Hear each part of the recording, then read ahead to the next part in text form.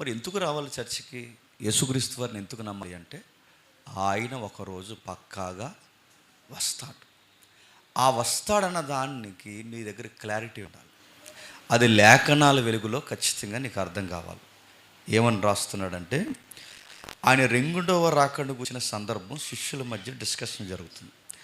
ఆ రాకడ గడిని గురించి ఆయన వాళ్ళ మధ్య డిస్కషన్ జరిగినప్పుడు మాట్లాడుతూ శిష్యులు ఏమన్నారంటే, వాళ్ళు నడుస్తూ వెళుతున్నారు. అప్పటికి ఈ దేవాలయాన్ని చాలా బాగా అలంకరించారు. ఏ దేవాలయం? ఇప్పుడు యేసుప్రభు వారికి టెక్స్ట్లో చూపిస్తున్నారు కదా దేవాలయాన్ని. ఏ దేవాలయాన్ని యేసుక్రీస్తు వరకు చూపిస్తున్నారు చెప్పండి? ఏదో స్పందించండి, చెప్పండి. అలా ఉంటుందా మీ అవ్వారు? మీరు ఇందాకే పుట్టినట్టు, మేము ఏదో ముందు తరంలో పుట్టినట్టు అస్సలు మాటలు రా నాకు. యేసుప్రభు వారికి ఆ టెంపుల్ చూపిస్తున్నారు కదా. ఆ టెంపుల్ చూపిస్తున్నప్పుడు ఎందుకు ఆ మందిరం యేసుప్రభు వారికి తెలియదు అన్నట్టు చూపిస్తున్నారు? ఎందుకు చూపిస్తున్నట్టు? ఎందుకు ఆ మందిరం ఏంటి? మిమ్మల్ని అడుగుతున్నాను, చెప్పండి. నెక్స్ట్, అది సొలొమోను కట్టిన మందిరం కాదు.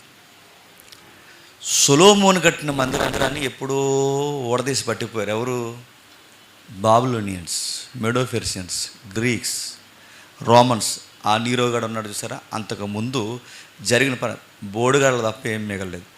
ఆ పునాది మీద బాగా వినండి, సొలొమోను కట్టిన పునాదులు ఉన్నాయే, ఆ పునాది మీద మహాయేరోదు అన్నవాడు ఉన్నాడు చూసారా, ఆడు 46 సంవత్సరాలు మళ్ళీ సొలొమోను కట్టిన పునాదుల మీద 46 సంవత్సరాల మందిరాన్ని కట్టించాడు. ఈ 46 సంవత్సరాల మందిరాన్ని కట్టించిన తర్వాత చాలా అందంగా కట్టించాడు. ఎందుకు కట్టించాడంటే కారణం, ప్రజలు మత సంబంధమైన కట్టడాలు ప్రజలకు అనుకూలంగా కడితే ఓటింగ్ బాగుంటుంది. అందుకే చూడండి, ఈ పాలిటిక్స్ ఉన్న వారందరూ కమ్యూనిటీ హాల్ కడతాం, మీకు మందిరాలు కడతాం, మీకు చర్చిలు కడతాం, మీకు మసీదులు కడతాం ఎందుకంటారు అనుకున్నారు? మనిషికి బాగా సున్నితమైన విషయం ఏదైనా ఉందంటే మతం. ఆ మత సంబంధమైన రాయితీలు ప్రకటించారనుకోండి, కనెక్ట్ అవుతారు పబ్లిక్. అందుకే ఆ రోజు కూడా ఏ రోజు అన్నవాడు ఏం చేశాడంటే, సొలొమోను మందిరం లేదు, సొలొమోను మందిరాన్ని ఎలాగైనా సరే మళ్ళీ కట్టుకోవాలన్న ఆసక్తి ఎవరికి ఉందంటే ఇశ్రాయేలుకు ఉంది. కట్టుకోవాలన్న ఆసక్తి ఉంది, కానీ వాళ్ళ దగ్గర ఏమీ లేదు, మనీ లేదు, ఆర్థికంగా బలం లేదు, మనుషుల్లోంచి బలం లేదు కనుక దాసులుగా బతుకుతున్నారు కనుక వాళ్ళకి ఇష్టమైన కార్యం జరిగించడానికి 46 సంవత్సరాలు శృంగారమును దేవాలయంగా కట్టాడు దాన్ని. అందుకే శృంగార దేవాలయం అంటే మీరు ఏదేదో అనుకోకుండా ఇలా బయట చూస్తారు కదా, అవి కాదు. శృంగార దేవాలయం అంటే అందమైన, అంటే చూడడానికి చాలా అట్రాక్షన్గా కట్టాడట. ఆ మందిరాన్ని ఎవరికి చూపిస్తున్నారు? యేసుక్రీస్తు అన్నారు, ఇంత మందిరాన్ని మీరు చూపిస్తున్నారు కానీ రాతి మీద రాయి నిలబడని చెప్పండి ఒక కాలం వస్తుంది. వెంటనే వీళ్ళకి పాయింట్ స్ట్రైక్ అయింది. రాతి మీద రాయి నిలబడబడిన కాలం అంటున్నావంటే ఏంటి ప్రభువా, దాని అర్థం ఏంటని 3వ వచనంలో వాళ్ళ క్వశ్చన్స్ రేజ్ చేస్తున్నారు. చూడండి,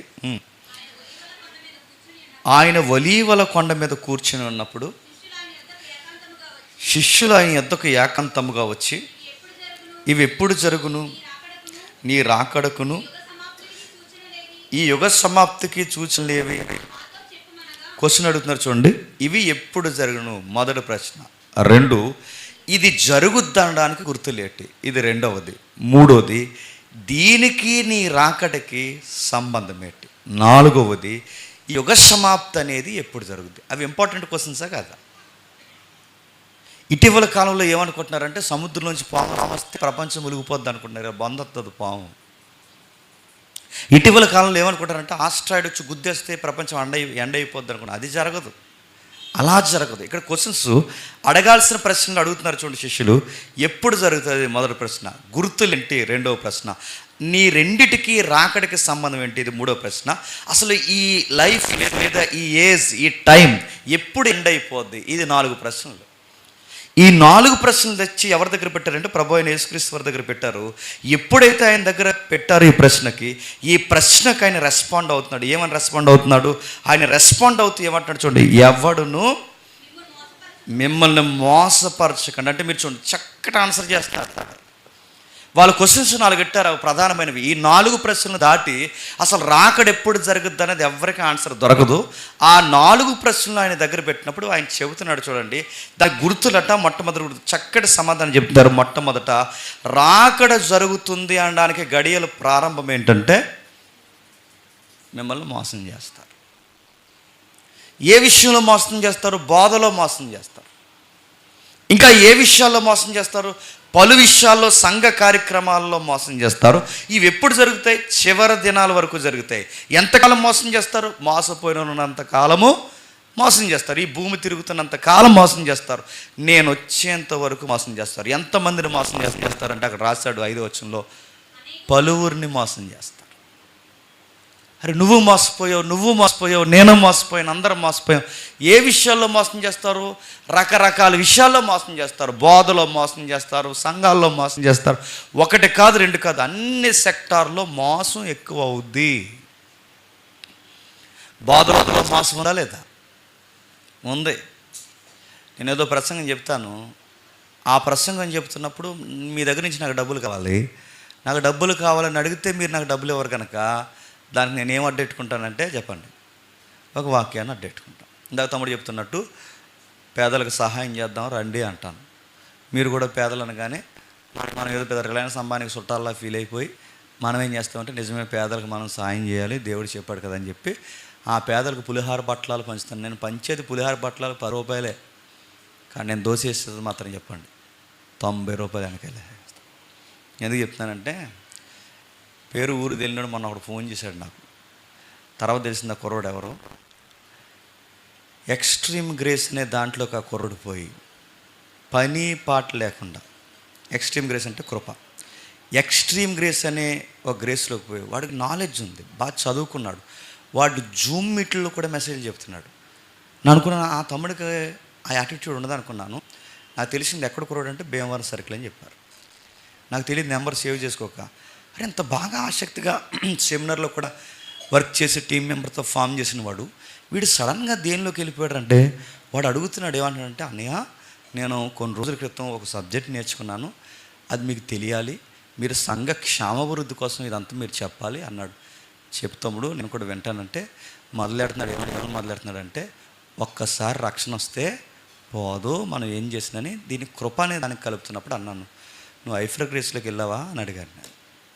అంటే అది కాదని ఇది మీకు తెలియాలని లొడలొడా వాగుతున్నప్పుడు ఒరే నువ్వు ఎవడో నాకు గుర్తు రావట్లేదు, ఒక ఫోటో పెట్టరాని ఇప్పటికీ ఫోటో ఎట్టలేదు.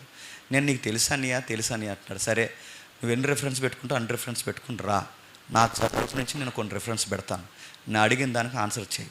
ఒక రెఫరెన్స్ అడుగుతున్నాను, మీ రక్షణ కాపాడుకోవడానికి భయముతోనూ వణుకుతోనూ మీ రక్షణను కొనసాగించండి అని బైబిల్లో ఒక మాట ఉంది. పోన దానికోసం భయం ఎందుకు, వణికెందుకు రా అని అడిగాను నేను. దానికి ఆన్సర్ చెప్పలేదు. నేను ఎందుకు చెప్తున్నానంటే ఇలాంటి బోధన ఎంత సత్యమని వాక్యంలో బలపడి నలుగురు సహోదరులతో కలిసి తిరిగిన వాడు వీడు సడన్గా ఎందుకు మారిపోయాడంటే వీడు చేసే పనులంట నాకు తెలిసింది ఒకవేళ తప్పు అయితే ఆ తమ్ముడు మార్చుకుంటాడు. నాకు తెలిసింది ఏంటంటే పని పాలేకే చేసే పనులు అన్నమాట. ఏదో ఒకటి అంటే బోధన ఎందుకు మారుస్తుంటే రకరకాల విషయాల్లో మారుస్తారు. ప్రధానమైన మోసం ఎక్కడ జరుగుద్దంటే బోధలో జరుగుద్ది.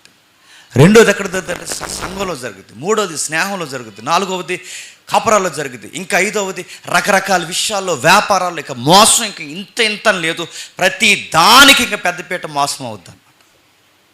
ప్రభువైన యేసుక్రీస్తు వారు అంటున్నారు ఎండ్ టైం దగ్గరలోనే ఉంది, ఇదిగో ముగిసిపోయే గడియల దగ్గరలో ఉండడానికి సైన్, ఫస్ట్ సైన్ అంటే తెలుసా? మోసం ఎక్కువైపోతుంది, మోసం పెట్టరేగిపోతుంది. పులిపేట మీద నిలబడి భయం లేకుండా మోసపూరితమైన బోధ చేస్తారు. సంఘాల్లో భయం లేకుండా మోసపూరితమైన మాటలు మాట్లాడతారు. ఎక్కడ చూడండి చాలా ఈజీగా మారిపోయింది ఏంటంటే ఒకరిని ఒకరు చెప్పండి మోసం చేసుకుంటారు. ఈ మోసపూరితమైన గడియలు ఎక్కువైపోయినప్పుడు ప్రభు అంటున్నాడు ఇది ఫస్ట్ సైన్. మీరు గుర్తులు అడిగారుగా ఎప్పుడు జరుగుతాయి అంటే అవి జరగడానికి ముందు ఇవి జరుగుతాయి. కిందకంటున్నాడు రెండవది అనేక అబద్ధ ప్రవక్తలు వస్తారట. ఎవరు వస్తారట? అనేక అబద్ధ ప్రవక్తలు. ఇప్పుడు చెప్పండి, సత్యం చెప్పేవాళ్ళు ఎక్కువ ఉన్నారా, అసత్యం చెప్పేవాళ్ళు ఎక్కువ ఉన్నారు? చెప్పండి, చెప్పాలి. సత్యం చెప్పే బోధకులు ఎక్కువ ఉన్నారా, అసత్యం చెప్పే బోధకులు ఎక్కువ ఉన్నారు? మీరు అనుకుంటారు, చాలామంది ఏమనుకుంటారు చెప్పండి, ఆయన బైబిల్లోనే చెప్తున్నాడండి, ఈయన బైబిల్లోనే చెప్తున్నాడండి అని అందరూ బైబిల్లోంచి చెప్తారు అక్క, మళ్ళీ చెప్తున్నాను, అందరూ బైబిల్లోంచే చెప్తారు. కానీ ఆ బైబిల్లో ఉన్నది ఉన్నట్టు చెప్తున్నాడా మార్చి చెప్తున్నాడు నీకు తెలియాలంటే ముందు నీ తలకాయలో ఏముండాలి చెప్పనా? ఆ బైబిల్ చదివి అలవాటు నీకు ఉండాలి. ఆ బైబిల్ నువ్వు తినంగా చదువుతావా? నువ్వు క్యాలెండర్ మీద చదువుతావు. ఆ బైబిల్ ఎలా చదువుతావు? వారానికి ఒక అధ్యాయం చదువుతావు. నీకు నచ్చినట్టు చిలక జ్యోతిని తీసినట్టు ఆ బుక్ని ఇలా కొట్టి ఇలా బయటికి తీసి అందులో నీకు తోసిన రెఫరెన్స్ నువ్వు అండర్లైన్ చేసుకుంటావు.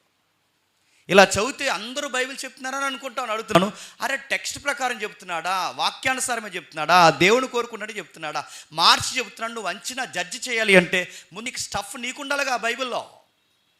ఆ చర్చికి వెళ్ళినా బాగా చెప్తారండి, ఈ చర్చికి వెళ్ళినా బాగా, అందరూ ఈ బైబిల్లో రెఫరెన్సే చెప్తారు. కానీ మళ్ళీ చెప్తున్నాను, వాళ్ళ స్వలాభానికి అడ్డుపెట్టి చెబుతారు, వాళ్ళ స్వార్థాలకు అడ్డుపెట్టి చెబుతారు. ఈ లౌకికమైన విషయాల కొరకే వాళ్ళు బోధ చేస్తారు. ఈ సండే లైవ్ తెలుగు రాష్ట్రాలు ఓపెన్ చేయండి. ఈ సండే లైవ్ తెలుగు రాష్ట్రాలు ఓపెన్ చేస్తే మీరు ఎవరి బోధని చూడండి, 90% ఈ లోకంలో బతకడానికి వాళ్ళు బోధ చేస్తారు. రాకడ గుచ్చి కానీ, పునరుద్ధానాన్ని గుచ్చి కానీ, ప్రభు యొక్క ఆ జనన మరణ పునరుద్ధానాన్ని విషయాల సిలువను గుచ్చిన వార్తలు కానీ మీకు తక్కువ వినబడితే మీరు చూడండి. సత్యం చెప్పేవాళ్ళు తక్కువ, చెప్పండి, అసత్యం చెప్పేవాళ్ళు ఎక్కువ. ఇంకా మీరు గమనించండి, అసత్యం చెప్పే వాళ్ళ దగ్గర సంఘం ఎక్కువ, సత్యం చెప్పే వాళ్ళ దగ్గర సంఘం ఎందుకు? సత్యం చెప్తున్నాను. ప్రభు రెండో గుర్తు అన్నాడు, రాకడ త్వరలోనే జరుగుద్ది అంటాను. ఒకటి, మోసపరిచే వాళ్ళు ఎక్కువ అవుతారు. రెండు, అబద్ధ ప్రవక్తలు బోధకులు ఎక్కువైపోతారు. మూడోది ఏం చేస్తారట? అక్కడ చెప్తున్నాడు చూడండి, 24:24 అంటున్నాడు చూడండి, అబద్ధపు క్రీస్తులను అబద్ధపు ప్రవక్తలను వచ్చి సాధ్యమైతే ఏర్పరచబడిన వారిని. ఎవరినట? ఏర్పరచబడిన వారంటే ఎవరండి? ఒక మంచి సత్యం ఎరిగి సంఘానికి బలమైన పాత్రలు ఉండి సంఘంలో కీలకమైన పాత్ర పోషిస్తున్న వారు కూడా సడన్గా ఏమవుతారట? ఆ బోధకులు లొంగిపోతారట. సాధ్యమైతే అంటే అరే ఈడగైపోయాడు, నిన్న వరకు బాగానే ఉండేవాడు కదంటే చేంజ్ అయిపోతాడు. మనవరకు బాగానే ఉన్నాడు కదంటే వీడికి ఏదో దుర్బోధ తగిలింది, ఆ బాధను బట్టి ఇప్పుడు సిలువను కూర్చున్న వార్త మరుగయింది. ప్రభు యొక్క రాకడ విషయాలకు వారికి రోజు రోజుకి సన్నగెలిపోయాయి. ఇప్పుడు సడన్గా వీడికి ఏమి ఎక్కువైపోయిందంటే ఈ లౌకికమైన అనుకూలమైన బోధ వాడికి ఎక్కువైపోయాయి. ఇలాంటివి నమ్మేది ఎవరుంటారంటే 25,000 20,000 చర్చికి వెళ్ళిన వాళ్ళు కూడా ఈ ట్రాప్లో పడతారంట. ఏర్పరచబడిన వారు సైతం మోసపోతారట. మీరు గమనించండి, ఇలాంటి దుర్బోధలు ఎక్కడెక్కడ ప్రారంభమై అంటే చాలామంది అనుకుంటారు ఎక్కడో కొరియాలోనో అమెరికాలోనో ప్రారంభమై అనుకుంటారు. కాదు, ఇండియాలో ఎక్కువైపోయినాయి తెలుసా. ఈ మధ్యకాలంలో ఒక ఆవిడ అంటుంది, నేను ఎవరో తెలుసా అంత. చూశారు మీరు? ఇలా సోఫాలో కూర్చొని అలా కళ్ళు పెద్దవి చేసి వాళ్ళతో మాట్లాడుతుంది భక్తులతో. ఎవరమ్మా నువ్వు అని అడిగితే జీజస్ అనరా, మళ్ళీ వచ్చాను నేను అనగానే సోఫాలో కూర్చున్న జీజస్కి టీ ఇచ్చారు గ్లాసులో. జీజస్ టీ తాగుతా అంటున్నాడు, త్వరలో నేను కొన్ని క్రియలు జరిగించకపోతున్నాను. ఎక్కడుందో? హైదరాబాద్లో ఉంది. ఇప్పుడు చూశారు మీరు? నడుందని హైదరాబాద్లో ఇప్పుడు టీ తాగుతూ జీజస్ టీ తాగుతున్నాడు ఏంటో నాకు అర్థమవుతుంది. ఆయన టీ తాగుతూ ప్రవచనం చెప్పేస్తున్నాడు అనమాట. జీజస్ ప్రవచనం చెప్తున్నాడు. ఇలాంటివి నమ్ముతున్నది డాక్టర్లు నమ్ముతున్నారు, ఎలాంటిది ఇంజనీర్స్ నమ్ముతున్నారు. ఆవిడ చుట్టూ ఉన్న సంఘస్థులు ఏం చిన్నోళ్ళు కదండి, హై క్లాస్ పీపుల్స్ చదువుకున్న వాళ్ళందరూ ఆవిడ యేసుక్రీస్తు వారు అంటే ఆవిడ నమ్ముతున్నారంటే ఇంకేమనాలి? మన జనరేషన్లో మీరు చూస్తున్నారు లేదో, మన జనరేషన్లో ఒక స్త్రీ వచ్చి నేను యేసుక్రీస్తు వారిని అంటే నమ్ముతున్నారు పెద్ద పెద్దవాళ్ళు. ఇవన్నీ చూస్తున్నప్పుడు మీకు ఏమర్థం అవ్వాలి చెప్పండి? ఆయన అన్నట్టే జరుగుతుంది. అబద్ధకులు ఎక్కువయ్యారు, దొంగ ప్రవక్తలు ఎక్కువయ్యారు. ఇంకా చెప్తున్నాడు చూడండి, మోసపరిచి వారు ఎక్కువ అవుతారు. వాళ్ళు ఎక్కడెక్కడో విదేశాల్లో అవుతారు లేదో నాకు తెలియదు, కానీ మీ కళ్ళ ముందు కూడా కనబడుతున్నారు. ఇంకా వాళ్ళు ఏం చేస్తారంటే సాధ్యమైతే ఏర్పరచబడిన వారిని మోసగించడానికి వాళ్ళు చేసేది ఏంటో తెలుసా? సూచక్రియలు చేస్తారు, ఇంకా మహత్కార్యాలు చేస్తారు. మీరు ఆ సూచక్రియ చూసిన వెంటనే కంగారు అయిపోయి ఇది నిజమే, దేవుడు ఎక్కడ లేకపోతే చెప్పండి ఇంకెక్కడ ఉంటాడు అనుకుంటా. ఇక్కడే ఆ ఎదరు బోర్డు ఎట్టి ప్రతి వారం ఇక్కడ అద్భుతాలు జరుగును గాక జేమ్స్ గారి ఆధ్వర్యంలో అన్నాను అనుకోండి, ఇది అంతగొంత మనం తెలుసా? నిజంగా జేమ్స్ గారి ఆధ్వర్యంలో ఇదిగో గొప్ప కార్యములు జరుగును గాక నేను అంటున్నాను. మనకు అండం రాదండి, మనకు అబద్ధం ఆడడం రాదా? మన ప్రజలకు అర్థమయ్యేలాగా ఏదో ఒక క్రియస్ మనం చేయలేమా? చేయగలం. కానీ గుర్తుపెట్టుకోండి, జనాలు పోగవుతారు, కానీ ఒకరోజు మాత్రం మనం చెప్పండి, దేవుని ఎదుట నాశనం అవుతాం. వీళ్ళకి ఆ భయం ఉండదట.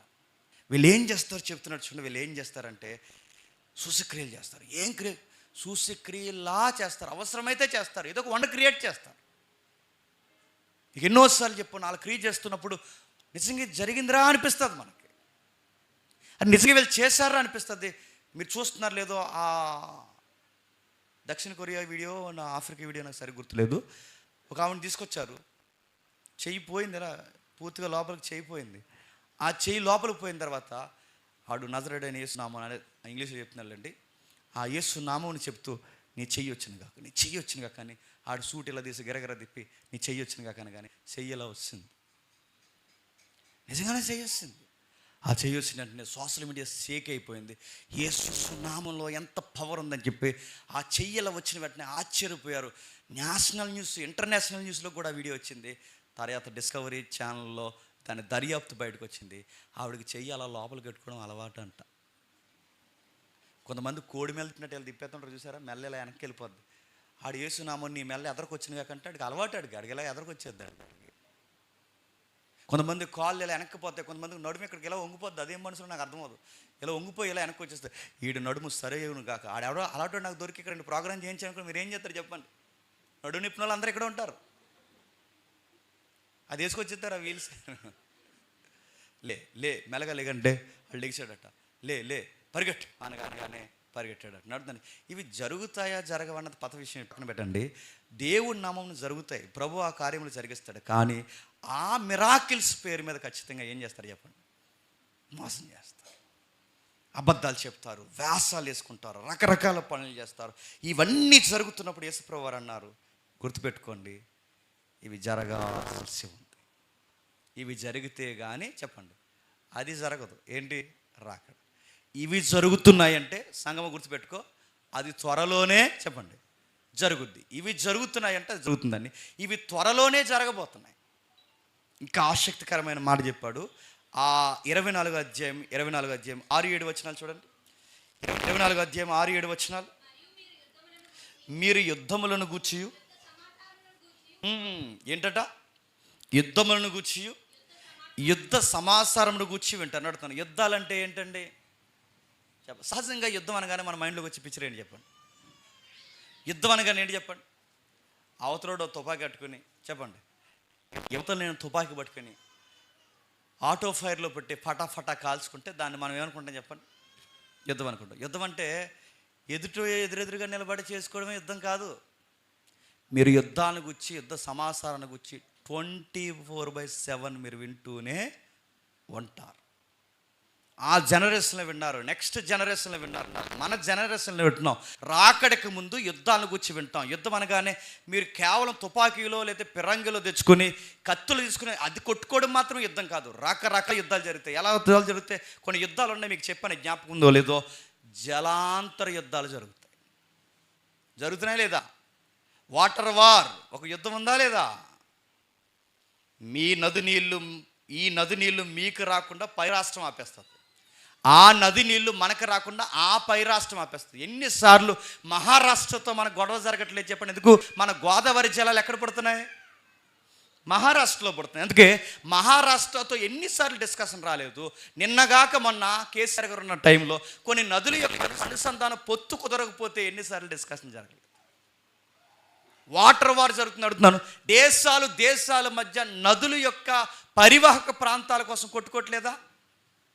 దీన్ని ఏమంటారు చెప్పిన? వాటర్ వార్ అంటారు దాన్ని. జలాల కోసం యుద్ధం. ఇంకా ఏ యుద్ధాలు మనం పెట్టినాం? అగ్రికల్చర్ వార్ ఉందా లేదా? ఆ దేశంలో పండించిన పంట మీరు ఎంత మన దేశంలో పండించండి, పండదు. ఎందుకంటే ఆడు ఫ్రూట్ అమ్ముతాడు తప్ప ఆ ఫ్రూట్కి మూలమైన చెప్పండి విత్తనం అమ్మడాడు. మనం అనుకుంటాం ఆ ఫ్రూట్ తెచ్చి ఏదో లాగేసి దానికి పూజ చేసి మొలిపించేది. అది నువ్వు ఎంత పూజ చేయి, నువ్వు కోడిని పోయి మొలదారు. వ్యవసాయంలో కూడా ఎంత మోసం ఉంది. వ్యవసాయంలో కూడా మళ్ళీ విత్తనాలు వాళ్ళ దగ్గరే మనం కొనాలని చెప్పి ఆ సీడ్స్ ఏవైతే బయటకు రానివారు. అందుకే అగ్రికల్చర్ వార్ జరుగుతుంది. ఈరోజు చైనా వాడు ఎంత నీచానికి వడిగట్టాడు మీరు చూడండి. కావాలంటే వాడే ఎదిగిపోవాలని, వాడే ఎన్నో చేయాలని ఆ చైనా వాడు కానీ, జపాన్ వాడు కానీ, అంతకుముందు అమెరికా చేసింది ఈ పని. అంతకుముందు వీళ్ళందరూ చూడండి అగ్రికల్చర్లో వాళ్ళదే మొదటి స్థానంలో ఉండాలని ఈరోజు వ్యవసాయం మీద వింత వింత ప్రయోగాలు చేస్తున్నారు వాళ్ళు. ఎక్కడికక్కడే చూడే భయంకరమైన తిండి విషయంలో యుద్ధాలు జరిగిపోతున్నాయి, లేదా మోసాలు జరిగిపోతున్నాయి, జరగట్లేదా? విచిత్రం చూడండి, కోడిగుడ్లు కూడా ప్లాస్టిక్ గుడ్లు వచ్చినాయి అంటే ఇంకేమనాలి చెప్పండి. కొన్నిసార్లు నిజంగా తింటుంటే కొన్ని గుడ్లు సాగుతున్నాయి, డౌట్ వచ్చేస్తుంది ఇది నిజంగా నిజమైన గుడ్డేనా అని. కొన్ని మీటింగ్ వెళ్తే గుడ్లు కూడా వేస్తున్నారు కదా, అవి వేసినప్పుడు డౌటు అది నిజంగా సాగుతుంది, అది ప్లాస్టిక్ లాగే సాగుతుంది. ఎంత నవ్వులున్నా నవ్వులాడే, మరి అది ఎంగ కూడా ఏంటో అది వెళ్ళదు కానీ ఎంత నవ్వులున్నా అడుగుతున్నా, డౌట్ నడుతున్నాను. గుడ్లలో మోసం వచ్చింది, పాల్లో మోసం వచ్చింది, ఇంకా చెప్పండి. టమాటాల్లో మోసం వచ్చింది, ఇంకా చెప్పండి, నాకు గుర్తురావట్లేదు. రైస్లో మోసం వచ్చింది, అడుగుతున్నాను. అగ్రికల్చర్ పూర్తిగా కొలాప్స్ అయిందా లేదా? నీళ్ళలో మోసం వచ్చింది, కట్టుకునే బట్టలో మోసం వచ్చింది, పీల్చే గాలిలో మోసం వచ్చింది, ప్రతి అడుగడుగున మోసం వచ్చినప్పుడు యేసుప్రభు చెప్పాడు యుద్ధాలు చాలా జరుగుతాయి. ఆయన యుద్ధం అని ఓడొక్కటి వాడాడు, కానీ ఇంటర్నల్గా ఎన్ని ప్రాబ్లమ్స్ జరుగుతున్నాయా లేదా? జలముల మీద యుద్ధాలు జరుగుతున్నాయి, అగ్రికల్చర్లో యుద్ధాలు జరుగుతున్నాయి. ఈ మధ్యకాలంలో యుద్ధంలో విచిత్రమైన ట్రెండ్ వచ్చింది, మిడతలను పంపించి యుద్ధం చేస్తున్నారంట. మిడతలు ఏంటండి అంటే అవి అలా వచ్చేస్తే తొట్టలాగా ఐగుప్తి మీదకి మోసే పంపిస్తూ వచ్చాయే, అలా తుట్టలాగా అలా మీదకి వస్తాయి, వచ్చి ఎక్కడ వాలేస్తాయి అంటే మన పంట పొలాల మీద వాలేస్తాయి. అంటే ఆడు మనం కొట్టడు, తిట్టడు, బాంబేయుడు, ఏమి చేయడు. ఐక్యరాజ్య సమితికి వాడు రిప్లై ఇచ్చుకునేంత అవసరం లేదు, ఎందుకంటే వాడు మనల్ని ఏం అనలేదు కదా. అందుకు వాడు మనల్ని ఏమనుకుంటే వాడు తెలివైన యుద్ధం చెప్పిన కొన్ని మిడతలను తయారు చేసి తయారు చేస్తున్నాడు, తేనె తీగలను తయారు చేసినట్టు ఆ మిడతలు వాడు తయారు చేసి బాగా పెంచి సరిగ్గా మన బార్డర్లోకి వచ్చాక మన మీద వదిలేస్తాడు అనమాట. నేను అడుగుతాను, మిడతలతో కూడా యుద్ధాలు చేస్తున్నారంటే కొన్ని దేశాలు ఇప్పుడు ఇదే ఉపయోగిస్తున్నాయి. పక్క దేశాన్ని ఆర్థికంగా కొల్లగొట్టాలంటే మిడతలతో కూడా యుద్ధాలు చేస్తున్నారు. జలముల మీద యుద్ధం ఉంది, పంటల మీద యుద్ధం ఉంది, మిడతల్ని పురుగుల్ని తయారు చేసి యుద్ధం చేస్తున్నారు. విచిత్రం మీరు చూసారు లేదో, ఆ కంటికి కనబడిన పురుగును కూడా చైనా వాడే పుట్టించాడు అన్నారు. మళ్ళీ వస్తుందంట, రెడీగా ఉండండి. ఆ పురుగు అదో కనబడని పురుగు. ఏ పురుగు చెప్పండి? కరోనా. ముక్కులో పోతుంది, నోట్లో పోతుంది, చేతిలో పోతుంది, గోరులో పోతుంది, అన్నిటిలో పోతుంది. ఎవడు పుట్టించాడు ఈ పురుగు అంటే? పురుగు అదో రకమైన పురుగు. అర్థం? దీన్ని ఏదో అన్నారు, బయోవార్ అంటారు అనుకుంటా. అడుగుతున్నాను, ఎలాంటి భయంకరమైన సూక్ష్మజీవులు పుట్టించి సాటి మనిషి అంతం చేసుకోవాలనుకుంటున్నాడంటే, అరే జాలి లేదు, భయం లేదు, కేవలం వాడి దేశం ఎదగడానికి ఇలాంటి దుర్మార్గమైన పని చేస్తున్నాడంటే ఇది దేనికి గుర్తురంటే బయటోడికి అర్థం అవుతుందో లేదో కానీ సంఘానికి అర్థం అవ్వాలి. చెప్పండి, ఇది రాకడకు గుర్తు.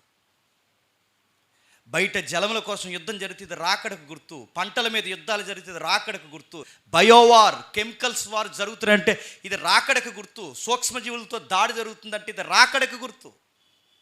కరోనా వస్తుందంటే మీకు ఏం గుర్తు వస్తుందో లేదో నాకు తెలియదు, కానీ కరోనా వస్తుందంటే రాకడ సమీపమున ఉందని మీకు గుర్తు రావాలి. ఇంకో డోసు వేస్తారా అని అడగండి. ఆ డోసులు వేసుకున్నందుకే చాలామంది రెస్ట్లోకి వెళ్ళిపోయారు. నడుతున్నాను, కరోనాతో అడుగుతున్నాను, ఎన్ని ప్రమాదాలు. ఇంకా విచిత్రం చూడండి, రేపు త్వరలో రాబోయే రోగాలు ఏంటి చెప్పినా, అంతకుముందు మనం మాట్లాడుకున్నాం. ఒకప్పుడు వంకాయ కుళ్ళిపోయింది, టమాటా కుళ్ళిపోయింది అనుకుంటున్నాం. విచిత్రమైన రోగాలు రెడీగా ఉన్నాయంట. ముక్కుకు వస్తే ముక్కు కులిపోద్దట, చెవికి వస్తే చెవి కులిపోద్దట, కన్నుకు వస్తే కన్ను కులిపోద్ద. వచ్చింది, ఆల్రెడీ పోయింది, మళ్ళీ వస్తుందట. నడుతున్నాను, అవయవాలు చూస్తుండగా పుచ్చంకాయలు కులిపోయినట్టు కులిపోతాయి. ఇదేంటంటే ఇది కరోనాలో ఇంకో స్టేజ్ అంట. ఇవన్నీ ఎవడరా పుట్టించిందంటే ఎవడు పుట్టించాడు చెప్పండి? మనిషే పుట్టించాడు. ఇవన్నీ దేనికి పుట్టించంటే ఒకరి మీద ఒకరు పెత్తనం చేయడానికి, ఒకరి మీద ఒకరు పెత్తనం చేయడానికి రకరకాల విన్యాసాలు చేస్తున్నారు. ఇంటర్నేషనల్లో కూర్చున్న అనేక మంది, కొన్ని దేశాలు ఉన్న పేర్లు మీకు తెలిసినవే. శత్రు దేశాలు, ఏ దేశానికి శత్రు దేశాలు ఉన్నాయో మనకు తెలుసు. వాళ్ళు చేసే పని ఏంటి చెప్పిన, లేడీస్ని ట్రాప్గా వేసి, అంటే అనీ ట్రాప్ అంటారు దీన్ని, వాళ్ళు ట్రాప్గా వేసి వాళ్ళ సాఫ్ట్వేర్స్ హ్యాక్ చేసి సాఫ్ట్వేర్లో కూడా ఇప్పుడు వారు స్టార్ట్ చేస్తున్నారు. మీరు చూడండి, ఇప్పుడు మన దేశాన్ని కొట్టాలంటే, అంటే మన దేశం కాదు ఏ దేశాన్ని కొట్టాలంటే అత్యధికంగా ఎదుర్కొనే వేదికలోకి వేదిక అని చెప్పిన మన టెక్నాలజీని యాక్ట్ చేస్తే చాలు మనం ఓడిపోతాం. మన సాఫ్ట్వేర్ రంగాన్ని ఒక్కసారి యాక్ట్ చేసాడు అయిపోతాం. ఎందుకంటే మన షేర్ మార్కెట్లు పడిపోతాయి, మన టెక్నాలజీ పడిపోతుంది, ఇంకా మన రహస్యాలన్నీ కంప్యూటర్ ఇన్ఫ్లుయెన్స్ బయటికి వెళ్ళిపోతాయి, మన గుట్టు రొట్టె అయిపోద్ది పూర్తిగా. శత్రువుకి మనం నెక్స్ట్ అడుగు ఏమైపోతున్నామో అది తెలియాలంటే వీటందరికి ఇన్ఛార్జ్ ఉంటాడు, సుధాకర్ లాటాడు అక్కడ. ఆ లోపల ఉంటుంది కదా ఈ ఏటది సిస్టమ్ రూమ్, ఆ లోపల కూర్చుంటే ఇప్పుడు సుధాకర్ నేను మెసేజ్ పెడతాను, నేను పాకిస్తాన్ అమ్మాయిని అనమాట, మెసేజ్ పెడతాను హాయ్ అని, మనోడు ఓయ్ అంటాడు, అంతే. ఇంకా అలా మాట్లాడుతుంది, ఇలా మాట్లాడుతుంది, కవ్విస్తుంది. చూసారు ఈ వార్తలు వచ్చినాయి, ఇంటర్నేషనల్ చూసి మీరు చూసారు లేదో, మాట్లాడుతుంది, మంచిగా కనబడుతుంటుంది, రకరకాలుగా మాట్లాడుతుంటుంది. మనోడు డీప్ లవ్లోకి వెళ్తాడు. ఒకరోజు అడుగుతుంది నువ్వేం చేస్తుంటావు అని అడుగుతుంది. మనోడు ఇంకా ఆగడు, ఇంకా ఇండియా మొత్తం రహస్యం నా చేతుల్లో ఉందంటాడు. మరి గొప్ప చెప్తాం కదా ఆ రోజు, మొత్తం నా చేతులు ఉందా, నేను కూర్చోమంటే కూర్చుంటారు, లేకమంటే లెగిస్తారంటే, ఏంటి నువ్వు అంత పెద్ద ప్రొఫెషన్లో ఉన్నావంటే మరి ఏమనుకుంటున్నావు సుధాకర్ అంటే అంటాడు. అయితే నాకు ఏమన్నా చెప్తావు నువ్వు అని అడిగితే చెప్పేస్తాడు, ఏమన్నా అడిగితే చెప్తాడు. దేశం మా గుట్టిది, మా బలం ఇది, మా వైరాగ్యం ఇది, మా ఔన్నత్యం ఇది, మొత్తం ఎప్పుడైతే లీక్ అవుద్దో నైస్గా తన హార్డ్ డిస్క్లో కాపీ చేసుకుంటుంది, మొత్తం పట్టుకెళ్ళి తన దేశానికి అప్పగిస్తుంది. అంతే, తెలిసే లోపు జరగాల్సిన నష్టం జరిగిపోతుంది. యుద్ధంలో ఇదో రకం. మనం యుద్ధం అనగానే యేసుప్రభువు వారు యుద్ధాలు కూర్చి వింటారనగానే ఎదురుగా ఒకడొకడు కొట్టుకోవడం యుద్ధం అనుకోకండి, ఇవన్నీ యుద్ధాలే. ఇన్ని రకాల యుద్ధాలు ఉన్నాయి, ఇన్ని పరిస్థితులు ఉన్నాయి. రోబోలతో యుద్ధం చేస్తున్నారు, ఎకానమీని దెబ్బ కొట్టాలని డబ్బుని దొంగ నోట్లుగా మార్చేస్తున్నారు. పాకిస్తాన్ వాడు అంతకుముందు చేసిన పని ఏంటి చెప్పండి? మన నోట్లలో దొంగ నోట్లు వాడు తయారు చేసి వాడే పంపించలేదు. ఇవన్నీ యుద్ధాలే. అంటే ఈ అడుగడుగునా కనబడుతున్నప్పుడు యేసుప్రభువు వారు దీని గురించి ఏం చెప్తాడంటే, ఆయన వస్తున్నప్పుడు ఖచ్చితంగా ఇదిగో ఇవి జరుగుతాయి, ఇవి జరగాల్సి ఉన్నాయి. ఇవన్నీ జరుగుతున్నప్పుడు ఇంకా ఏం జరుగుతుంది? 7వ వచనంలో చెప్తున్నాడు చూడండి. 7వ వచనంలో జనము మీదకి జనమును, రాజ్యం మీదకి రాజ్యమును లేచును, అక్కడక్కడ కరువులను, భూకంపములు కలుగును, ఇవన్నీ వేదనలకు ప్రారంభం. జనము మీదకి జనము చెప్పండి, రాజ్యం మీదకి రాజ్యం లేస్తున్నారు లేదా? జనాల మీదకి జనం అంటే ఆ ఊరోళ్ళు ఈ మీదకి ఈ ఊరు అక్కడ వరకు ఎద్దు, కానీ నీ వాళ్ళు నీ మీదకి లేస్తున్నారా లేదా?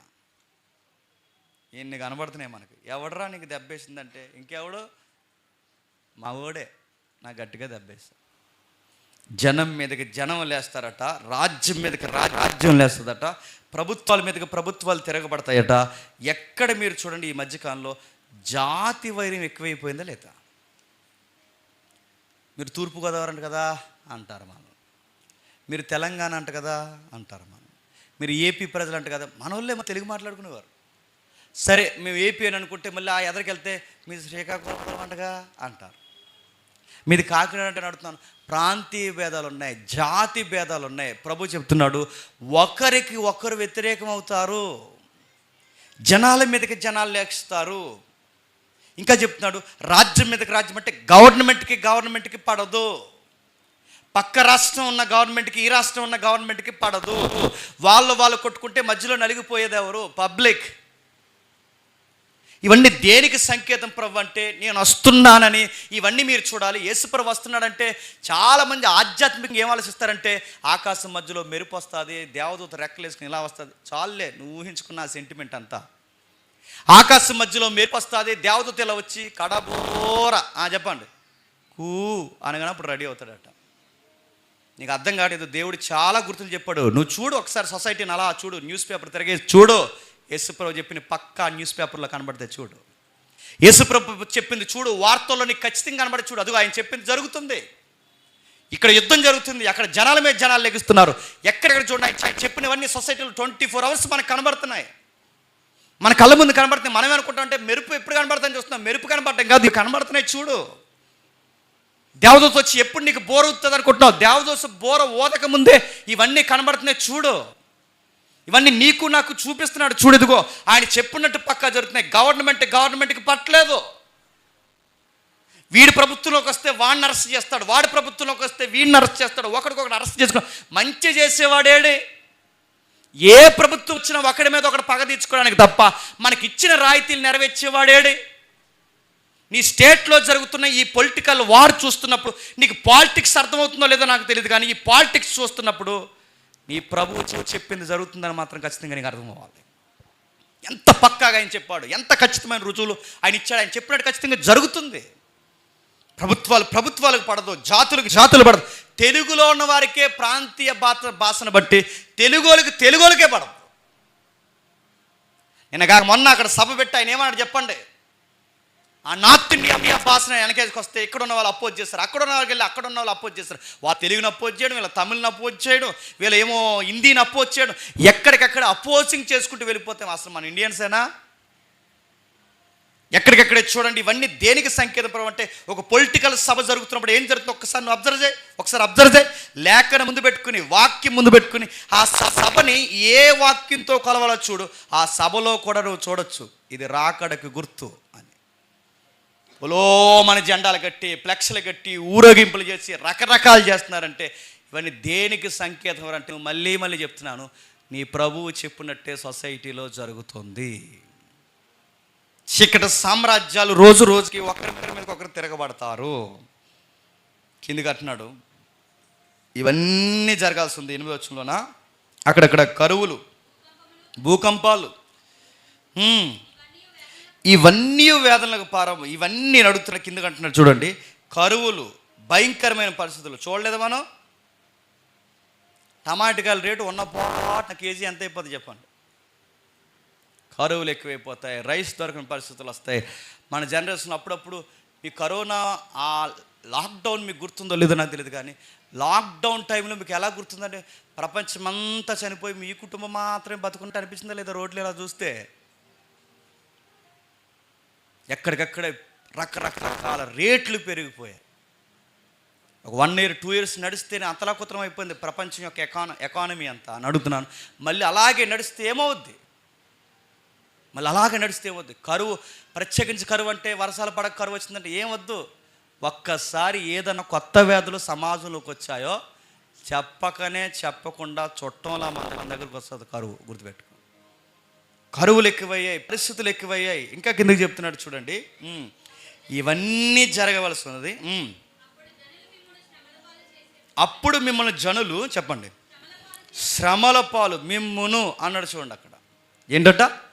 మిమ్మును. ఎక్కడకు చేర్చుకోండి, మిమ్మును అన్నాడు. అంటే ఇప్పటివరకు లోకాన్ని చూపిస్తున్నది, లోకాన్ని చూస్తున్నప్పుడు యుద్ధాలు జరుగుతాయి, ఇంకా ఒకరి మీద ఒకరు తిరగబడతారు, ఇంకా ఎక్కడికక్కడే పరిస్థితులు మారిపోతాయి. ఇంకా చెప్తున్నాడు ఇప్పుడు ఇవన్నీ జరగవలసి ఉంది. ఇవి జరుగుతున్నప్పుడు పేజ్ 2లో ఏం జరుగుద్దంటే, మిమ్మల్ని కొడతారు. ఇప్పుడు చెప్పండి, ఇప్పుడు ఏ స్టేజ్లో ఉన్నామా? కొడతారు, చంపుతారు, తరుముతారు. సువార్త ప్రకటిస్తున్న వారి ముఖాల మీద పేడ నీళ్ళు పోస్తున్నారు.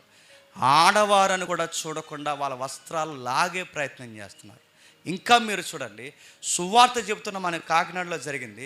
బైబిల్ లాగి కిందకేసి కొట్టి, ఆయన దవళ్ళ మీద ఆ పెద్ద ఆయన్ని కొట్టి, ఆయన అంతమంది నలుగురు చూస్తుండగా ఇలా గుండెల మీద చెయ్యేసి కట్టేస్తున్నారు. ప్రభు అన్నాడు, మిమ్మల్ని హింసిస్తాడు. ఇది జరుగుతున్నప్పుడు మీ ఈదుల్లో, మీ సంఘాల్లో, మీ ప్రాంతాల్లో, నీ రాష్ట్రంలో, నీ దేశంలో ఇది జరుగుతున్నప్పుడు సంఘమా గుర్తుపెట్టుకో, నేను సమీపమునే ఉన్నాను. అయ్యో కొట్టేశారా, ఇప్పుడు ఏం చేయాలి? వాళ్ళ మీద కేసు పెడదాం, నడని జెండాలు పట్టుకుని తిరుగుదాం, రాస్తారోకలు చేద్దాం, కలెక్టర్ ఆఫీస్లో కూర్చుందాం. ఇవన్నీ తర్వాత విషయం. కానీ నేను అంటున్నాను, ఇలా కొడుతున్నారంటే ఇది దేనికి సంకేతం ప్రభు అని అడిగితే, ఈ వాక్యం నుంచి అంటాడు ఆయన. నేను చెప్పాను కదా, నేను చెప్పిన వాక్యం నెరవేరుతుందని దానికి సంకేతం. నేను అన్నాను కదా, ఖచ్చితంగా ఈ రుజువులు మీకు కనబడతాయని. నేను అన్నది జరుగుతుంది, ఇదే మీకు సంకేతం.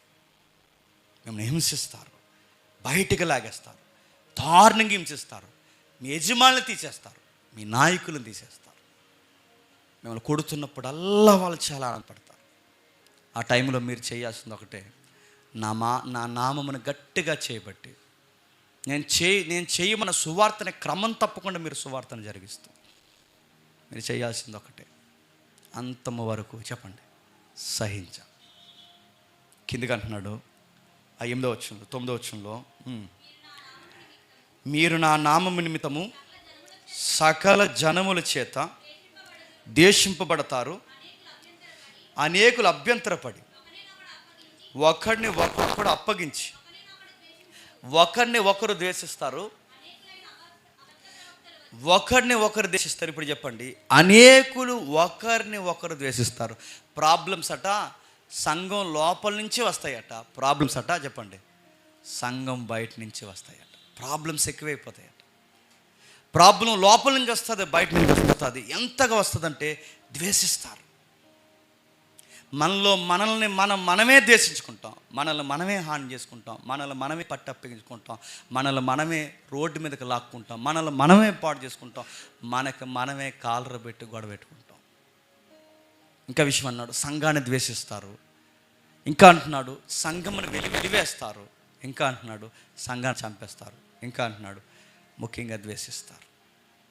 అందుకే చూడండి, మీరు ఎక్కడికి పోండి, గవర్నమెంట్ జాబ్లో మీరు నిలబడి, మీరు గవర్నమెంట్ జాబ్ ఏ ఉన్నతమైన స్థాయిలో మీరు నిలబడి మీరు ధైర్యంగా క్రిస్టియన్ అని చెప్పుకోండి. ఆ రోజు నుంచి నీ చుట్టూ ఉన్న ఎంప్లాయీస్ నిన్ను ఎలా చూస్తారో ఒకసారి అబ్జర్వ్ చేయి. నువ్వు చదువుకున్న దగ్గర నేను ట్రూ క్రిస్టియన్ అని చెప్పు, ఆ రోజు నుంచి నీకు స్నేహాలు ఎలాంటి స్నేహాలు ఉంటాయో ఒకసారి చూడు. ఎక్కడ మీరు చూడండి, క్రిస్టియన్స్ అంటే ప్రతి సెక్టార్లో ద్వేషిస్తున్నారు లేదు చెప్పండి. నాకు తెలిసిన ఒక చెల్లి ఉంది, హైకోర్టులో పనిచేస్తున్నారు టైపిస్ట్గా, కొత్తగా జాబ్ వచ్చింది, 2 years అవుతుంది. తన కేవలం తను సెనో అంటారంటే ఈ జడ్జి పక్కన కూర్చొని టైప్ చేస్తారు, చాలా స్పీడ్గా టైప్ చేసేవారు స్టేనర్స్ అంటే. ఆయన టైప్ చేస్తున్నప్పుడు అది చాలా బాగా రికార్డ్ వర్క్ వచ్చి తనకి ఆమె చేస్తున్నప్పుడు ఆ రికార్డ్ వర్క్ చేస్తుంటే ఎప్పుడు అడిగారట, అప్పటివరకు అందరూ బాగా మాట్లాడారట. తన సండే ఒకరోజు రికార్డ్ వర్క్ అన్నాదని ఎందుకు రావని అడిగితే అప్పుడు చెప్పిందట, నేను చర్చికి వెళ్ళాలని. ఆ రోజు నుంచి జడ్జితో సహా కింద ఉన్న వారందరూ తను ఏడిపించడం స్టార్ట్ చేశారు. న్యాయం జరిగించాల్సిన న్యాయస్థానంలోనే క్రిస్టియన్ అని చెప్పుకున్నందుకు తను ఎంత ఏడిపిస్తే కుమిలిపోయా చెల్లంది. నన్ను ఏం చేయమంటావన్నయ్యా, నన్ను ఉద్యోగం చేయమంటావా, మానేయమంటావా, నాకు లేనిపోయిన టార్చర్ పెడుతున్నాను, నన్ను ఏం చేయమంటావంటే నన్ను ఓపిక గుండె తల్లి, నేను టార్చర్ పెట్టిన వాళ్ళ సంగతే దేవుడు చూసుకుంటాడు అన్నట్టుగానే దేవుడు చూసుకున్నాడు. ఆ జడ్జి అక్కడ కూడా ఇప్పుడు ఎవరికీ తెలియదు. దేవుడు చూసుకుంటాడు. ఇబ్బంది పెట్టిన వాళ్ళు మళ్ళీ నేను గౌరవిస్తాడు. కానీ నువ్వు చూపించాల్సిన పవర్ ఒకటే, నీ రికార్డ్ వర్క్లో ఇంకా నువ్వు వాడుతున్న వర్డ్స్ ఉన్నాయి చూసారా, ఆ వర్డ్స్ డిక్షనరీ ముందెట్టుకుని చదువుకోవాలి. అలాంటి వర్డ్స్ నువ్వు టైప్ చేయి నీ CD ఫైల్లో. మరి నువ్వు టైప్ చేస్తున్నప్పుడు వాళ్ళ రికార్డులో చూస్తున్నావు, అరే ఇలాంటి పదం తనకి ఎలా దొరికింది అన్నప్పుడు ఆ పదం మళ్ళీ నీ లీగల్ లాంగ్వేజ్లో డిక్షనరీ దగ్గర పెట్టుకుని చదువుకోవాలి. అంటే హై లెవెల్ లాంగ్వేజ్ ఆలోచించి నువ్వు రికార్డ్ వర్క్ చేయి. అక్కడ చూపించిన స్టెప్ అన్నప్పుడు మళ్ళీ తిరిగి సిగ్గు లేకుండా ఆ పిల్ల లేకపోతే పని అవుతలేదు, మళ్ళీ ఆ పిల్లని తెచ్చెట్టుకున్నారు. మళ్ళీ అడుగుతున్నాను, న్యాయస్థానంలో ద్వేషిస్తారు. అక్కడ వరకు మా డిపార్ట్మెంట్లో క్రిస్టియన్స్ అని చెప్పుకుంటే ఎంత వివేదకు చూస్తారు. ఎక్కడ మీరు చూడండి, డాక్టర్ మెడికల్ సెక్టార్లో కానీ, డాక్టర్స్ మధ్య కానీ, ఇంజనీర్స్ మధ్య కానీ, ఎక్కడికన్నా వెళ్ళండి, చిన్న చూపు. నువ్వు రోడ్డు మీద గుడిగట్టే నిన్నెవడు అడగడు. కానీ నీకు నచ్చిన స్థలంలో, నీ సొంత స్థలంలో ఊరికి దూరంగా పోయి నువ్వు సర్చి కట్టు, నేను కట్టనెవరు. గవర్నమెంట్కి కూడా ఎవరంటే చిన్న చూపు చెప్పండి, క్రైస్తవులు. అదే ద్వేషించడం అంటే. రోడ్డు మీద ఏ గుడో కట్టే, ఎవరు నీకు గవర్నమెంట్ రోడ్డు మీద కట్టేసిన అడగరండి. మన స్థలంలో మనం చర్చి కట్టుకుంటామంటే పర్మిషన్స్ ఎవరు, ఒకవేళ ఏదోటి మనం కట్టుకుంటామంటే కట్టి దాన్ని పడగొడేస్తారు. గవర్నమెంట్ ద్వేషిస్తుంది, వ్యవస్థలు ద్వేషిస్తాయి, వ్యక్తులు ద్వేషిస్తారు, చుట్టూ ఉన్న ఎంప్లాయీస్ మనల్ని ద్వేషిస్తారు. మనం ఉన్నతమైన స్థాయిలో క్రైస్తవుడు అని చెప్పుకోవడానికి మనకి ఎంత భయమో. అయ్యి అలా చెప్తే రేపు నుంచి నాతో మాట్లాడకపోతే పోతారు. వాళ్ళ కోసం నువ్వు క్రైస్తవుడు కాదని చెప్పి మానేస్తావా చెప్పడం? చాలామంది భయపడిపోతారు క్రైస్తవం చెప్పడం. ఎందుకంటే వాళ్ళతో రేపు నుంచి నాతో సరిగా మాట్లాడరు, క్లోజ్గా ఉండరు, నన్ను వెలివేస్తారంటే. అంటే ఈ భయం నువ్వు ఎదుర్కొంటున్నావు. యేసుక్రీస్తు వారు ఇదే చెప్పారు, స్ట్రాంగ్గా ఉండండి. మీరు ఎక్కడున్నా నా నామమును బట్టి మిమ్మల్ని అందరూ ద్వేషిస్తారు.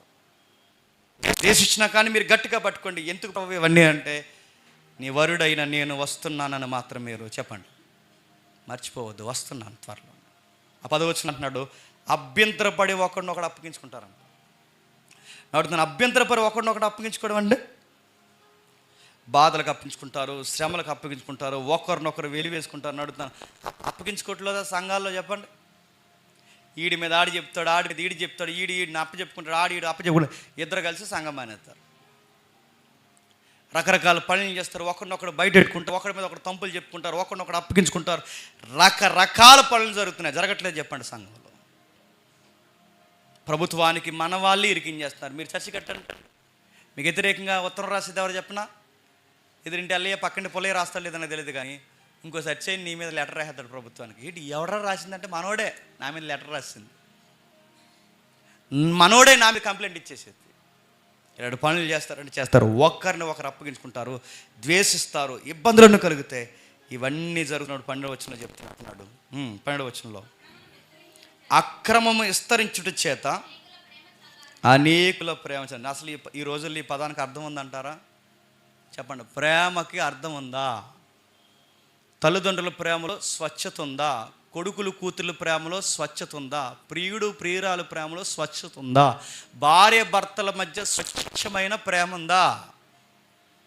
అక్రమం పెరిగింది. ఎక్కడ మీరు చూడండి, ఏదో ఒక స్వలాపం లేకుండా ఒక వ్యక్తిని మనం ప్రేమించగలుగుతున్నామా?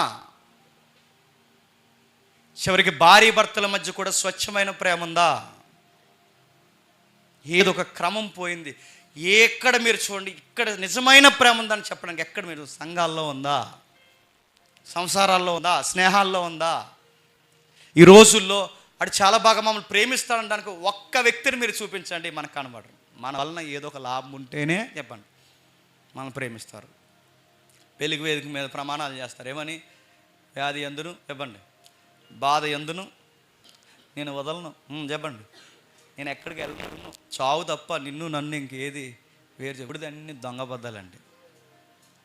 ఒక మాట చెప్పిన, రాకూడని ప్రాబ్లమ్స్ ఏదన్నా మధ్యకు వచ్చిందే అనుకోండి, నీకు కానీ ఆయనకి కానీ ఏదన్నా డిసీజ్ ఎఫెక్ట్ అయ్యింది అనుకోండి, ఆ రోజు ఏం చేస్తారు చెప్పండి? అలా అమ్మ నాన్న మోటివేషన్ చేస్తారు.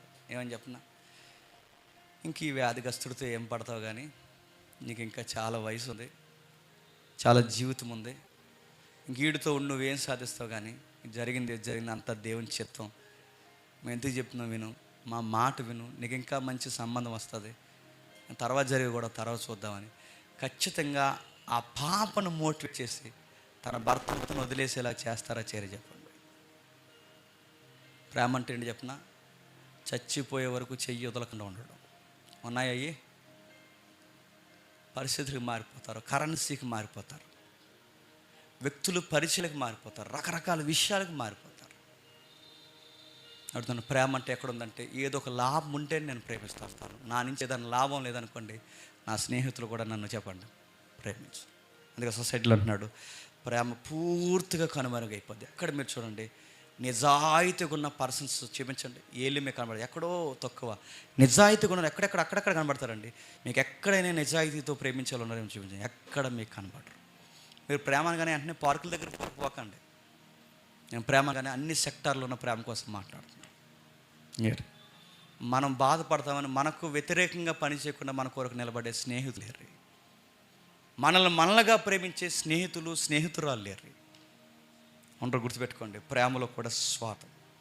ఇవన్నీ ఎందుకు ప్రభు అంటే, క్రమం పోతుంది చెప్పండి, అక్రమం విస్తరిస్తుంది, ప్రేమ రోజు రోజుకి చెప్పండి చల్లగైపోతుంది.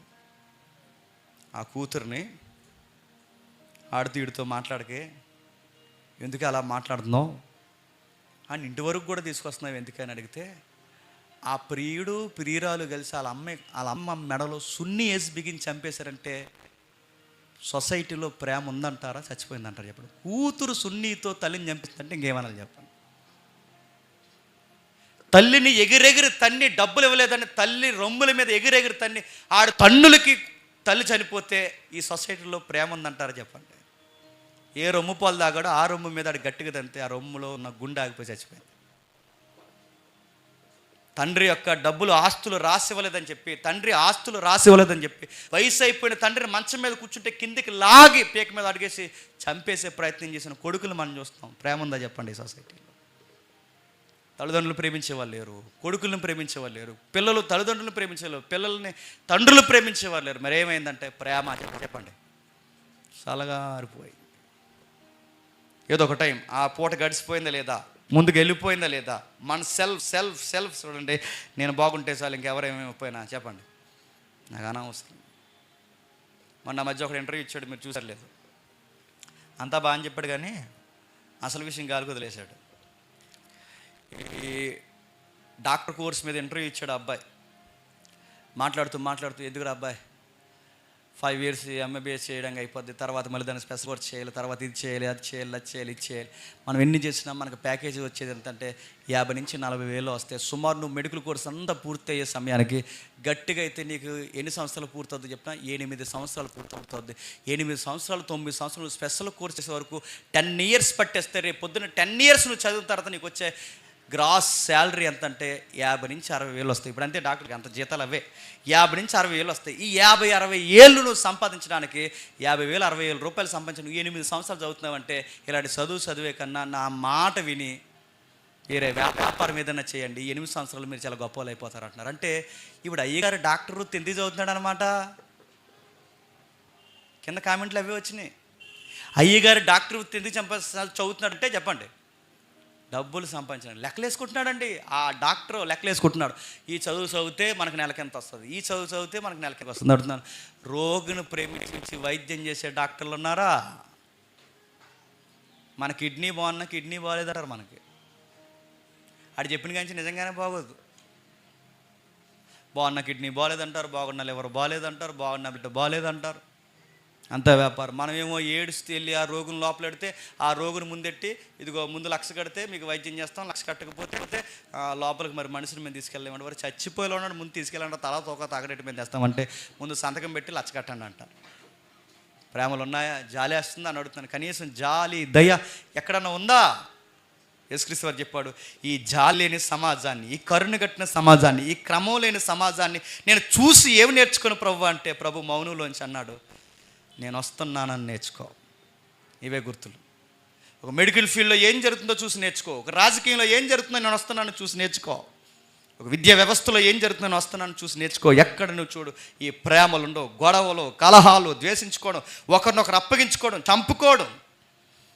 గుర్తుల్లో ఒక గుర్తు మన కుటుంబాల్లో కనబడుతుంది. చూడండి 2 తిమోతి పత్రిక, ఇది రాకడ సందర్భమే. 2 తిమోతి పత్రిక 3వ అధ్యాయం, 2 తిమోతి పత్రిక 3వ అధ్యాయం మొదటి వచనం చూడండి. అంత్య దినములలో అపాయకరమైన కాలములు వచ్చును. అనగా మనుషులు స్వార్థప్రియులు. చూడండి ఆఫర్లు ఇవన్నీ. రాకడకి ముందు జనాలు ఎలా ఉంటారంటే మనుషులు స్వార్థప్రియులు, ధనాపేక్షలు, ఈజీగా బెంకమలాడతారు. ఇంకా కింద చెప్తున్నాడు చూడండి, అహంకారులు, ఎక్కలేని పొగర, దాని వెనకాల దోషణ. అందులో ఒక మాట అన్నాడు, తల్లిదండ్రులకు అవిధేయులు, కృతజ్ఞత లేని వారు, అపవిత్రులు. అడుగుతున్నాను, తల్లిదండ్రులకు అవిధేయులు అంటే మా కూతురు మా కొడుకు మా మాట అంటారని ఒక్క పేరెంట్స్తో చెప్పించండి. పైగా అలా చెప్తారు కానీ లోపల ఉన్న బాధ అని చెప్పిన మాట అండి ఎదవా అంటారు. మాట ఎందండి అంత చెప్పిన అడుగుతున్నాను. ఒక్కో తల్లి ఒక తండ్రి పిల్లల విషయంలో ఆనందంగా ఉన్నారన్న ఒక్క తల్లిదండ్రులను చూపించండి.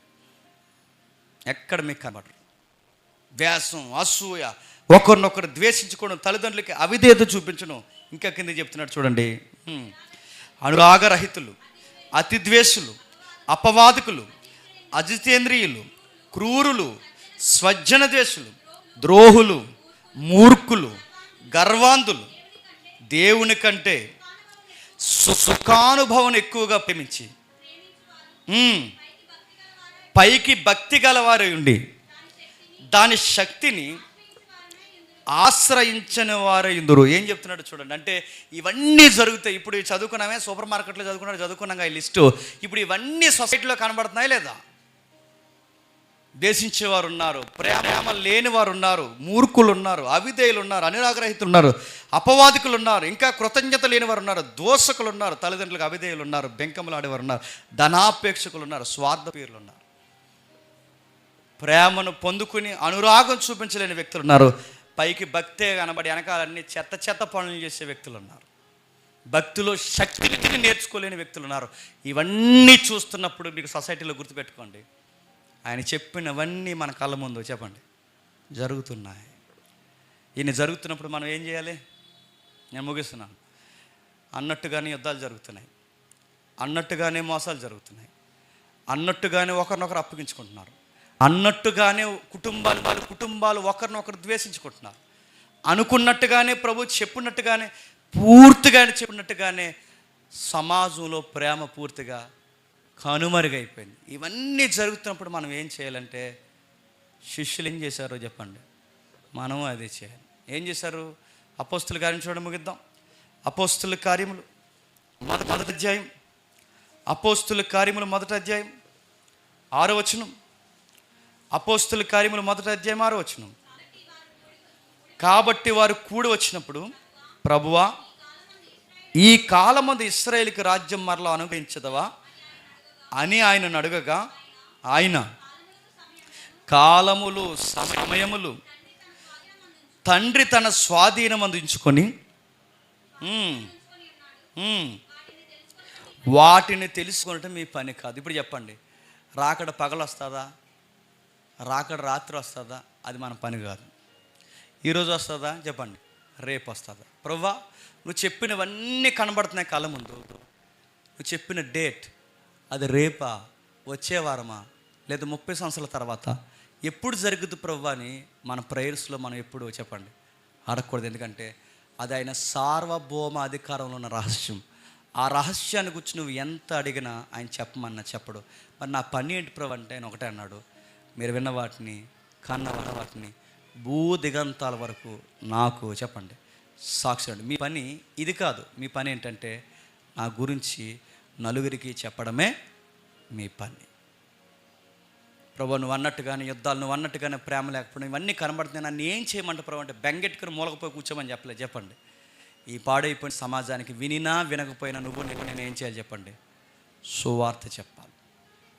ఈ ఆదివారం మీరు ఏమింటున్నారో పోయి మీ విద్యార్థులు అయితే మీ విద్యార్థులు తోటి విద్యార్థులకి సమయాన్ని కలగలుపుకుని మరీ చెప్పండి. ఎక్కడో దిక్కున ఒక్క మాట అయినా సువార్తను కూర్చిన ప్రస్తావన తీసుకురండి. నీ బెస్ట్ ఫ్రెండ్ నరకానికి పోయాడు అనుకో, నన్ను అడిగితే నేను చెప్తాను. నీ బెస్ట్ ఫ్రెండ్ నరకానికి పోయాడు అనుకో, ఆ నరకానికి పోయిన తర్వాత జడ్జిమెంట్ డేలో వాడిని అడుగుతాడు లేదో నాకు తెలియదు, కానీ క్రైస్తవుడు అయిన నువ్వు ఒక్కరోజు కూడా అడిగి జీవితంలో గాస్పాలు చెప్పవచ్చావా? ఖచ్చితంగా నిన్ను ఆ రోజు అడుగుతాడు, గుర్తుపెట్టుకో. మరి ఇన్ని సంవత్సరాల వాడితో స్నేహం చేసావు, ఒక్కరోజు కూడా నువ్వు సువార్త చెప్పలేదురా నిన్ను అడగనుకుంటున్నావా? ఖచ్చితంగా అడుగుతాడు. నీ ఎదురింటోళ్ళు నరకానికి పోతే సత్యం తెలుసుకున్న మీరు ఒక్కరోజు కూడా వాళ్ళతో అడిగిల మీద అన్ని ముచ్చట్లు పెట్టారు, ఒక్కరోజు కూడా మీరు సత్యం చెప్పలేదని మిమ్మల్ని అడిగితే ఆ రోజు మీరు కుటుంబంగా ఏం చెప్తారు చెప్పండి?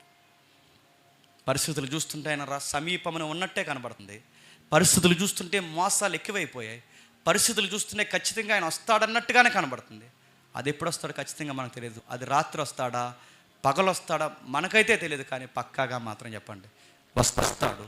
ఆయన వచ్చేంత లోపు నేను ఏం చేయాలి ప్రభు అంటే నా గురించి ఊరు వాడ చెప్పుకుంటా చెప్పండి, తిరగండి. మీ ఉద్యోగాలైనా నా గురించి చెప్పండి, మీ చదువులైనా నా గురించి చెప్పండి, మీ వ్యాపార లావాదేవీలైనా ఎన్నో ఉన్నా ఎంత బిజీ అయినా నా గురించి చెప్పుకుంటూ తిరగండి. నేను వస్తాను, చిన్న మంద, భయపడకు. ఇవన్నీ జరుగుతున్నప్పుడు నీకేం కాదు, ఒకరోజు నేను తీసుకుని వెళ్ళడానికి నేను త్వరలోనే రాబోతున్నాను. సెకండ్ కమింగ్ అంటున్నారంటే దాని ముందు ఏ కమింగ్ జరిగిందని చెప్పండి? ఫస్ట్ కమింగ్ జరిగిందని. ఫస్ట్ కమింగ్ జరుగుద్దని వచనాలన్నీ చెప్పాడు, ప్రవచనాలన్నీ నెరవేరాయి. ఫస్ట్ కమింగ్ జరిగింది. ఫస్ట్ కమింగ్లో వెళ్ళిపోతూ సెకండ్ కమింగ్ కూడా జరుగుద్ది అన్నాడు. ఆ ప్రవచనాలన్నీ నెరవేరిపోతున్నాయి అన్నట్టుగా కనబడుతున్నాయి. అవి నెరవేరిన వెంటనే ఇంకా జరగాల్సింది మిగిలింది ఒకటే చెప్పండి, ఆయన సమీపమనే వస్తాడు, వచ్చేస్తాడు. ఆ వచ్చిన తర్వాత ఆయన ఎదుట ఎలా నిలబడతావో నిన్ను నువ్వే పరీక్షించుకో.